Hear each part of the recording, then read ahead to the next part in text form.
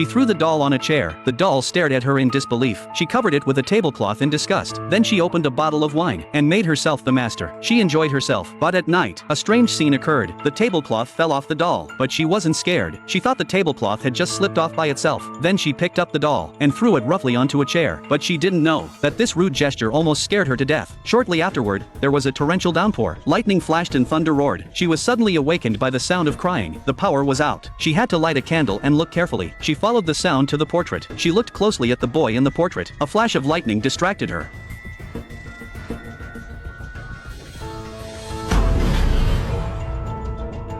It was just a dream, but it seemed so real to her. Uneasy, she went to the doll's room. The doll was still lying on the chair, but there was a tear in the corner of his eye. She was puzzled, and went to take a closer look, but the tear was there. While she was puzzled, suddenly a drop of water fell. She looked up and realized that the roof was leaking. Then she put the doll on the bed, and checked the attic, but she couldn't get the escalator down. She gave up. In the afternoon, Matt arrived with supplies. She asked Matt to tell her the story of the dolls. Matt took her to a cemetery. The dead boy was the son of a wealthy couple, Brahms. It turns out that years ago, a fire took the boy's life. The boy was only 8 years old. The loss of the boy devastated the wealthy couple. Their grief caused them to hallucinate. And then this doll appeared. Although the rich man's family seems strange, but those who know the truth can understand. After hearing the story, Maggie sympathized with the rich couple, realizing that Maggie would be bored alone. Matt asked her out to dinner. When she got home, she started to get her clothes ready for the date. Suddenly the mannequin was staring at her from the bed. There's a look in his eyes that seems kind of creepy, but she realized she was just imagining things. Then she went to the bathroom to take a shower. The door was slowly opened. The red dress was stolen by something mysterious. She didn't notice anything at all, but when she finished her bath, she realized that a piece of her hair was missing, and the red dress was gone from the chair. She broke out in a cold sweat. She stepped out of the bathroom cautiously. The closets and drawers in her room were opened. All her clothes and jewelry had disappeared. The strange scene made her back away from the room, just when she was very puzzled. The escalator in the attic was strangely lowered. She grabbed a stick and climbed up to the attic, because she had a feeling that it was all man-made. But when she climbed up to look for it, suddenly the escalator closed automatically. She couldn't open it even with all her strength. The attic was pitch black. It gave her the creeps. Just when she didn't know what to do, suddenly the sound of a car came from downstairs. She ran to the window to call for help, but Matt couldn't hear her. She took a stick and beat on the glass, but the glass was harder than stone. Matt knocked and got no answer. He thought Maggie was asleep, so he drove away without further interruption. Maggie felt a sense of loss. She groped for a new exit. Suddenly, she saw a figure in front of her. She was so frightened, she fainted on the spot. In the blink of an eye, it was dawn. She woke up in a daze. She then realized the figure she saw last night was just clothes.